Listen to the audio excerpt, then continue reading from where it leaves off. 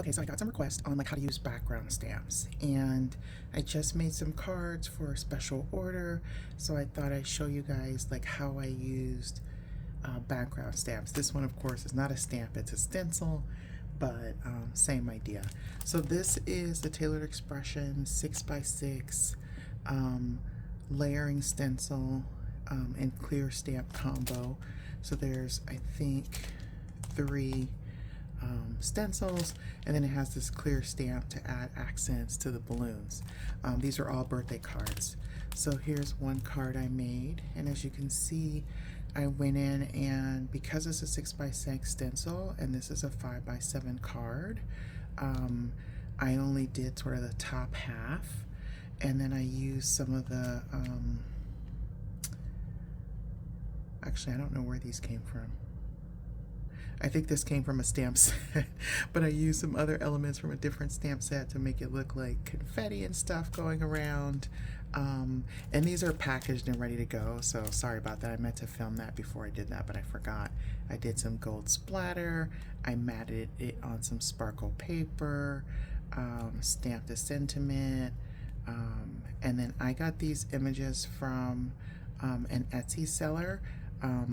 I think I will try to link these in the video. If I don't, just shoot me a DM. But as you can see, I put different elements in the balloons. And here's the exact same stencils with different colors. Still did a little shimmer under here. Still did some gold splatter. I didn't do any stamping down here in the confetti, and this has a main and a sub sentiment and a big focal. Okay, so the next one is this Hero Arts cling stamp. So this is a red rubber stamp. As you can see, it's pretty thick. Sorry about my lighting. The sun is fleeting today, and I only have natural sunlight for lighting. So here is a nice bold geometric print, right? So it looks like it would be overpowering, but here are the 2 cards that I made with that. So what I did is I took some ombre paper, and then I think this paper is Lawn Fawn. Yeah, this is Lawn Fawn gradient paper. It's a newer one, and then I heat embossed it with clear embossing powder, so you get that shine. Again, these are all packaged and ready to go. You get that shine and shimmer.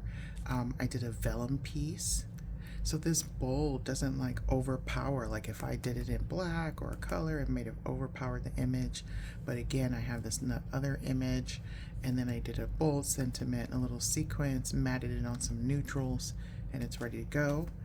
Here it is again on another gradient, added some more texture with the pink and main burlap embossing folder, added some bling, and another image.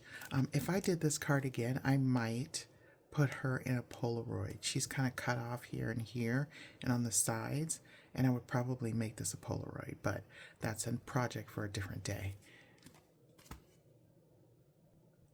So this one is a Conquered and a Turnabout stamp. Now I have like so many of these, but I couldn't wait to get my hands on this one because I make birthday cards all the time, and so this one for sure is just a bunch of confetti. This one, I use the background in a different way. I cut them into smaller pieces, so it's like a subtle piece behind. So I layered some neutrals that match sort of the colors of this image. I did an embossing folder here. This is Spellbinders. And then I took these colors and I used that background stamp and I cut it up, the background. You don't have to use the whole background. Again, this is a 5x7 card and this is a 6x6 stencil, so it doesn't match. So I was able to cut it up and use it as a layer. And I love how that came out. And this one, I used it on ivory as a banner. And again, I have that Spellbinders embossing folder in the background, my bold image, sentiment. I really wanted to play with the colors. When working with rich, deep colors like this, look at the beautiful skin tone, the colors here, they're very rich. I really wanted to be playful with the colors and have sort of lighter and darker colors. So these are the 2 that I did with this background stamp. I forgot there's another one. I cut the background into strips. I don't know if you can see that, but that's the same background, and I used the pieces as strips. This layer is an embossing folder. I think it's Stampin' Up. And then I made a frame with two nesting rectangles in this same color to kind of bring the color up, and just centered it. So I used the same one, but I just cut it into strips. So I live in Arizona. Usually lighting is never an issue, but today the sun just wants to not play around. So I have this background stamp, another one from Hero Arts. You know what is this called? Yeah, see this little tiny writing right here?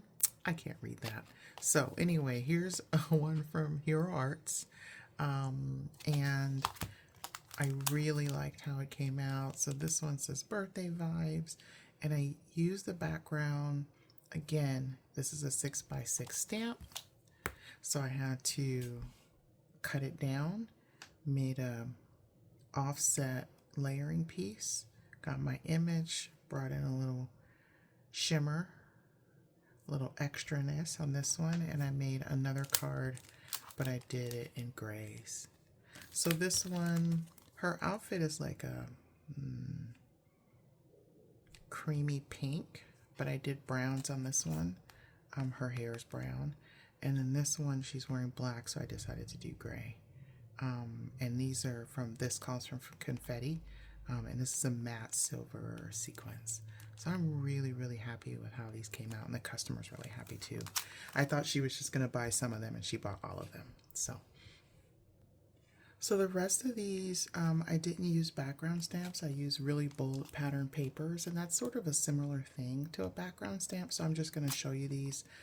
This one, I matted a geometric black and white with a little gray, a little rose gold to kind of match her outfit, and put some vellum to kind of, break that up a little bit. And I did a similar design on this one with a different image. And then this metallic paper was hard to stamp on, so I stamped it in black ink and then put clear embossing powder over it. And then when I say masculine cards, this is what I'm talking about. So I have these nice bold colors. This says the man, the myth, the legend, happy birthday. These are Etsy images again. They're not Etsy images. They're from an artist on Etsy. And people say, oh, men's cards shouldn't have bling. I don't know what they're talking about. I live in a house full of men. They're like, how come I don't have shiny stuff on my cards? So I think it's just how you do it. This is a satin silver piece. And this one, unfortunately, this is a paper pad that I don't think I'm going to be able to get. So this is heartbreaking to let this go, but I know it's going to a good person. So I'm really happy about this. Again, the same sentiment. And this is an image, and then I put another image over it, and this background is McDreamy, and I put a little tab that I cut out from scrapbook.com tabs. And then if the sun gets better a little bit later, I may refilm this, but here are some more masculine cards. So this one, this paper is from Stampin' Up, but I imagine you'd be pretty easy to make this paper. Some white spatter and get a fine brush. Here's another one. Here's that texture folder again from Pink and Maine called Burlap. And I actually just sprayed this background with Lost Shadow. I didn't even try. I just went choo-choo. Doesn't matter because I knew most of it was going to be covered up, but I wanted something to break up that white. Birthday King. I want to say this is Conquer the Ninth. The sentiment. Oh, this paper. Love. Anyway, and I thought this guy's suit really went well with this paper. And I did some embossing. This is a gold teal embossing folder. More of the gold shows, but there's like some teal undertones to match this. And I got the happy birthday tucked in there. And then here's another one of those cut aparts from this paper pad. I think it's called Hipster. that I'm not going to be able to get again, which I'm super sad about. And here's some background paper from Tim Holtz, if I'm not mistaken, Dapper. And another just simple happy birthday, but really try to bring these colors together. A little bit of blue. This sign is blue. It might be hard to tell in the video. So, yep. So those are all the cards. I made 17, 18 in total. Have a good day.